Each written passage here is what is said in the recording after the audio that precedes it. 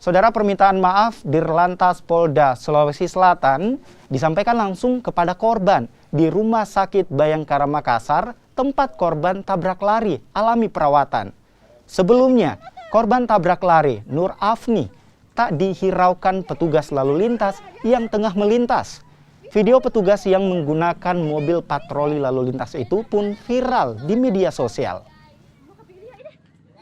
Terkait dengan kejadian kemarin, saya sudah sampaikan juga permohonan maaf dari Direktorat Lalu Lintas kepada orang tuanya, dalam hal ini ibunya tadi, bahwa memang anggota kami salah dan anggota kami juga menyesal adanya kejadian pada saat itu.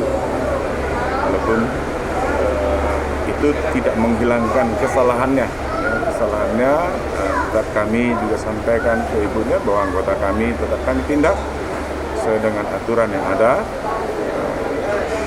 yang mana dia lalai dalam pelaksanaan tugasnya.